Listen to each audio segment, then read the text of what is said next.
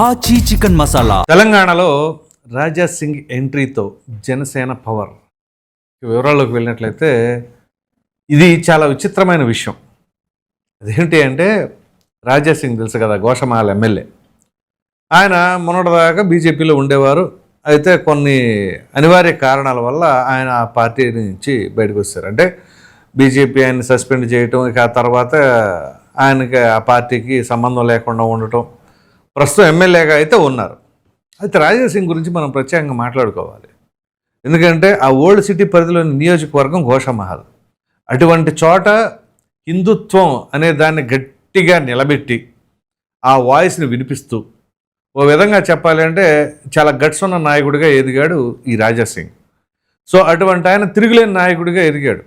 2018 assembly ఎన్నికలలో BJP గెలిచిన ఏకైక స్థానం ఆ గోషమహల్.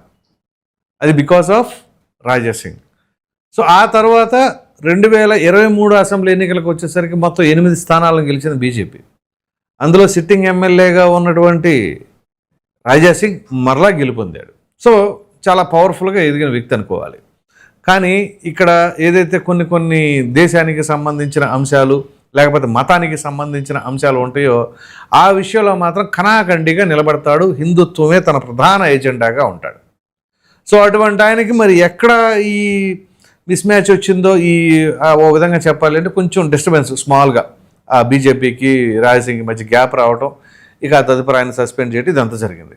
ఇది ఇలా ఉంటే కరెక్ట్గా ఆయన ఎజెండాకి తగినట్టుగా ఏ ప్లాట్ఫారం దొరుకుతుందా, ఏ పార్టీ లభిస్తుందా అనుకున్న తరుణంలో ఒక వరంలా జనసేన కనపడింది ఆయనకి. ఎందుకంటే మీకు గుర్తుంటే జనసేన పార్టీ మొన్న 2024లో అపూర్వమైన విజయం సాధించిన తర్వాత ఏది ఆంధ్రప్రదేశ్లో, ఇక తర్వాత సనాతన ధర్మం అని చెప్పేసి పవన్ కళ్యాణ్ గారు ఒక స్టాండ్ తీసుకోవడం, ఏది స్వామివారి ప్రసాదానికి సంబంధించిన కల్తీ దాంట్లో. ఇక అప్పటి నుంచి ఓ విధంగా పవన్ కళ్యాణ్ గారు చాలా గట్టిగానే హిందుత్వం పైన ఆయన నిలబడ్డారు.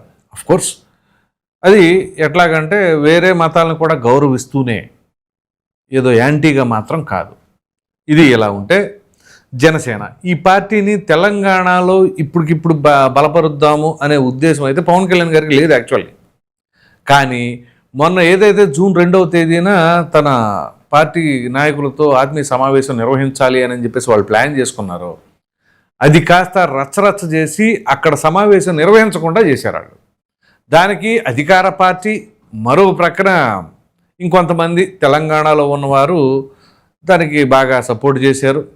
చివరికి ఆయనని అక్కడ సమావేశం నిర్వహించుకోకుండా చేయడంలో సఫలీకృతం చెందారని చెప్పేసి అనుకోవాలి.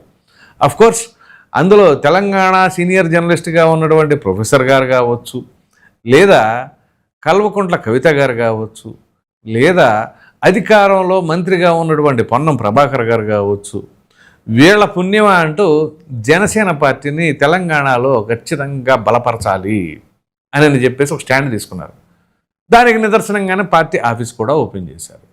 ఇక తెలంగాణలో ఉన్నటువంటి పవన్ కళ్యాణ్ గారి అభిమానులకి అయితే ఒక కొత్త జోష్ అయితే వచ్చింది. ఎస్, మేము నిలబడతామని చెప్పేసి ఇటీవల కూడా ఇందిరా పార్క్ దగ్గర ఒక ధర్నా కూడా నిర్వహించారు జనసేన పార్టీ వాళ్ళు. సో బాగా యాక్టివ్ అయ్యారు. ఈ సమయంలో రాజా సింగ్ లాంటి పవర్ఫుల్ క్యాండిడేటు, ఒక పవర్ఫుల్ పర్సన్ అయినటువంటి పవన్ కళ్యాణ్ గారి పార్టీలోకి రావడం అనేది మాత్రం ఆ పార్టీకి సంబంధించినంత వరకు శుభపరిణామంగానే పరిగణించాలి. సో విధంగా చెప్పాలి అంటే రాబోయే అసెంబ్లీ ఎన్నికలలో జనసేన ఖాతా ఓపెన్ చేయటం ఖాయంగా అనుకోవచ్చు. ఎందుకంటే మొదటి బ్యాట్స్మెనే ఒక స్ట్రాంగ్ పర్సన్ని ఓ విధంగా చెప్పాలంటే జనసేనకు వచ్చారని చెప్పేసి అనుకోవాలి. ఇటీవల నిన్ననో మొన్ననో రాజా సింగ్ గారు ఒక వీడియో రిలీజ్ చేశారు. పవన్ కళ్యాణ్ గారు లాంటి వ్యక్తి నేను గత 15 ఏళ్ళుగా ఆయన చూస్తూనే ఉన్నాను.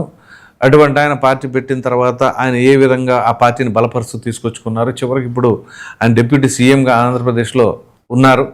అటువంటి ఆయన తెలంగాణలో జనసేన పార్టీకి సంబంధించి ఒక ముఖ్యమంత్రిగా కూడా ఎదగాలి. అది పవన్ కళ్యాణ్ గారు అభ్యర్థ లేకపోతే ఇంకొకరా తెలంగాణ వరకు అనేది మాత్రం తర్వాత విషయం. కానీ జనసేన పార్టీని ఆ రకంగా బలపరుచుకోవాలి అని చెప్పేసి తన యొక్క మనసులో ఉన్న అభిప్రాయాన్ని అయితే చక్కగా పంచుకున్నారు. అయితే ఇక్కడ ఎంతవరకు సాధ్యం? సరే, రాజా సింగ్ అంటే బలమైన వ్యక్తి కాబట్టి కరెక్ట్గా ఓకే. ఇక్కడ తను చెప్పిన మాటలు ఏంటి అంటే బీజేపీ ఎందుకో కొంత అనుకున్నంత గట్టిగా అయితే మాత్రం ఫైట్ చేయట్లేదు. సో అందు గురించే నాకు వేరే ప్లాట్ఫామ్ కావాలి కాబట్టి నేను ఇక్కడ ఉన్నాను, వాళ్ళు కాంప్రమైజ్డ్ పాలిటిక్స్ చేస్తున్నారు అని చెప్పేసి ఆయన అన్నారు.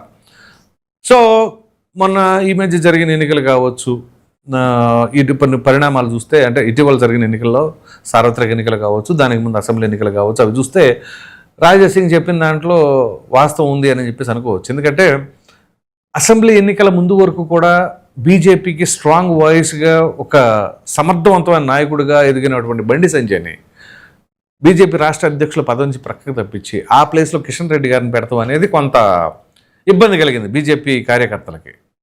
సో దాని తర్వాత ఈ బండి సంజయ్కి మళ్ళీ ఈటల రాజేంద్రకి మధ్య డిస్ప్యూట్స్ ఇది అంతా కూడా ఉన్నాయి. సో అటువంటి చోట నుంచి అక్కడ బీఆర్ఎస్తో గట్టిగా ఫైట్ చేసేటటువంటి పరిస్థితి నుంచి సాఫ్ట్ అయిపోయింది. ఈ సాఫ్ట్ అవటం వల్ల ఏమైందంటే అటు బీఆర్ఎస్ గెలవకుండా పోయింది, ఇటు బీజేపీకి పెద్దగా బీజేపీకి ఏముంది పోవడానికి, కానీ కాంగ్రెస్ అధికారంలోకి రావడానికి అయితే వీళ్ళు సాఫ్ట్నెస్ తో ఉండటం వల్ల అది దోహదపడింది కాంగ్రెస్కి అని చెప్పేసి అనుకోవచ్చు.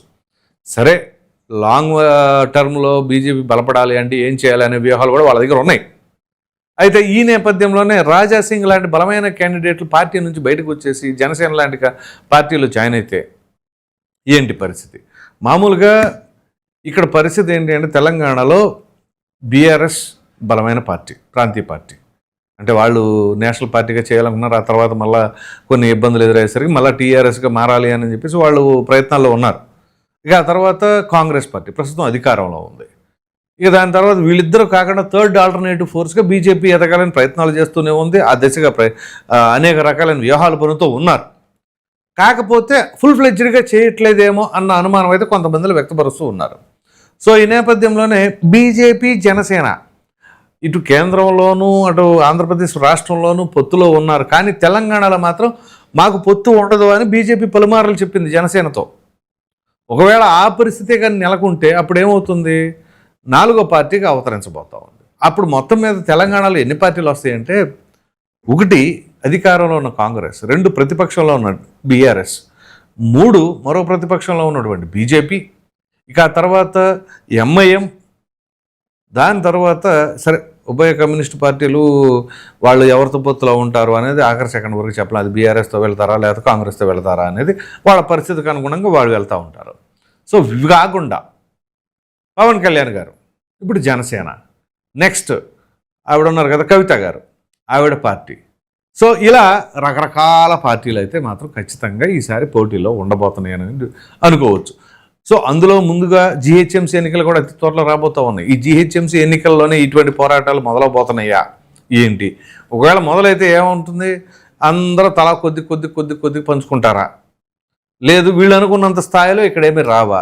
ఒకవేళ ప్రభుత్వం పైన వ్యతిరేకత ఉంటే అది ఎవరికి వెళుతుంది, ఎవరికి టర్న్ అవుతుంది? టీఆర్ఎస్కి టర్న్ అవుద్దా, అదే బీఆర్ఎస్కి టర్న్ అవుద్దా, లేదా బీజేపీకి వెళుతుందా? వీళ్ళందరూ ఒకటే. కేంద్రంలో ఆల్రెడీ బీజేపీని చూసి ఉన్నాం కాబట్టి ఇంకా రాష్ట్రంలో మాత్రం మనకు బీజేపీ ఎందుకు, ఇంకా మనం వేరే ఫోర్స్ ఏదైనా కావాలి అని చెప్పేసి తటస్థులు భావించారు అనుకోండి. సో ఇప్పుడు పవన్ కళ్యాణ్ గారు ఆంధ్రప్రదేశ్ రాష్ట్రంలో ఏ రకంగా చేస్తున్నారో, ఆ పరిపాలన ఎలా ఉంది అనేది తెలుస్తుంది వాళ్ళకి. సో ఇటువంటి తరుణంలో పవన్ కళ్యాణ్ గారు లాంటి వాళ్ళు కూడా ఇక్కడ ఉంటే బాగుంటుంది అని చెప్పేసి ఆ పార్టీని ఏమైనా బలపరిచే అవకాశాలు ఉంటాయా? ఆ బలపరిచే దానివల్ల సీట్లు గెలిచేంత స్థాయి ఉంటుందా, ఓట్లు చీలిక వరకే పరిమితం అవుతుందా? ఏది ఏమైనా ఇక్కడ తెలంగాణలో జనసేన పార్టీ ఇంత ఫాస్ట్గా మొన్న జూన్ 2వ తేదీన జరిగిన పరిణామాల వల్ల ఆ తదుపరి పార్టీ ఓపెనింగ్ చేయడం కావచ్చు, ఇప్పుడు దాన్ని బలోపేతం చేసుకునేలాగా వీళ్ళు చేసే ప్రయత్నాల్లో అనుకోకుండా రాజా సింగ్ లాంటి వ్యక్తి కూడా వచ్చి జనసేనలో నేను ఉంటాను అని చెప్పేసి యాక్టివ్గా ఇటువంటివన్నీ కూడా శుభపరిణామాలే. దీనంతటికి పుణ్యం కట్టుకుంది ఎవరు అంటే వీళ్ళే, ఇందాక నేను చెప్పిన వాళ్ళు. ఎవరెవరైతే జనసేన పార్టీ ఆత్మీయ సమావేశం నిర్వహించుకోవాలనుకుంటే వాళ్ళని అడ్డుకున్నారు చూసారా, వాళ్ళందరూ పుణ్యం అంటే జనసేన కొంచెం బలపరిచిన వాళ్ళు అయినారు వీళ్ళు తెలంగాణ రాష్ట్రం వరకు తీసుకుంటే. సో ఆ పరిస్థితుల్లో ఇవాళ రాజా సింగ్, ఇక ఆ తర్వాత ఇంకెంతమంది ఉంటారో, ఎవరెవరైతే కొన్ని పార్టీల్లో ఉండి అసంతృప్తిగా ఉండి ఇక ఆ పార్టీని వీడాలి అని అనుకుంటే వేరే పార్టీలకు వెళ్ళలేక ఇట్లాంటి వాళ్ళు, ఇప్పుడు రాజాసింగ్ లాంటి వాళ్ళు ఎవరైనా సరే ఇంకా 10 మంది దాకా జాయిన్ అయ్యారు అనుకోండి, అది ఎక్స్పెక్ట్ చేసిన దానికంటే ఎక్కువ సక్సెస్ సాధించినట్టే జనసేన. సో అందులో ఎంతమంది గెలుస్తారో, ఎంతమంది అసెంబ్లీకి వెళతారు ఏంటి అనేది తర్వాత విషయం. కానీ ఒక ఫోర్స్ లాగా అయితే ఉత్తరించబోతుందని చెప్పేసి అయితే క్లియర్ కట్గా అర్థమవుతోంది. సో ఈ నేపథ్యంలోనే మరి చూద్దాం జనసేన ఎంత బలంగా తెలంగాణలో కూడా దూసుకుపోద్ది ఏంటి, ఏమనుకుంటున్నారు అనే మీ అభిప్రాయం అయితే కామెంట్లో తప్పకుండా తెలియజేయండి. Thank you.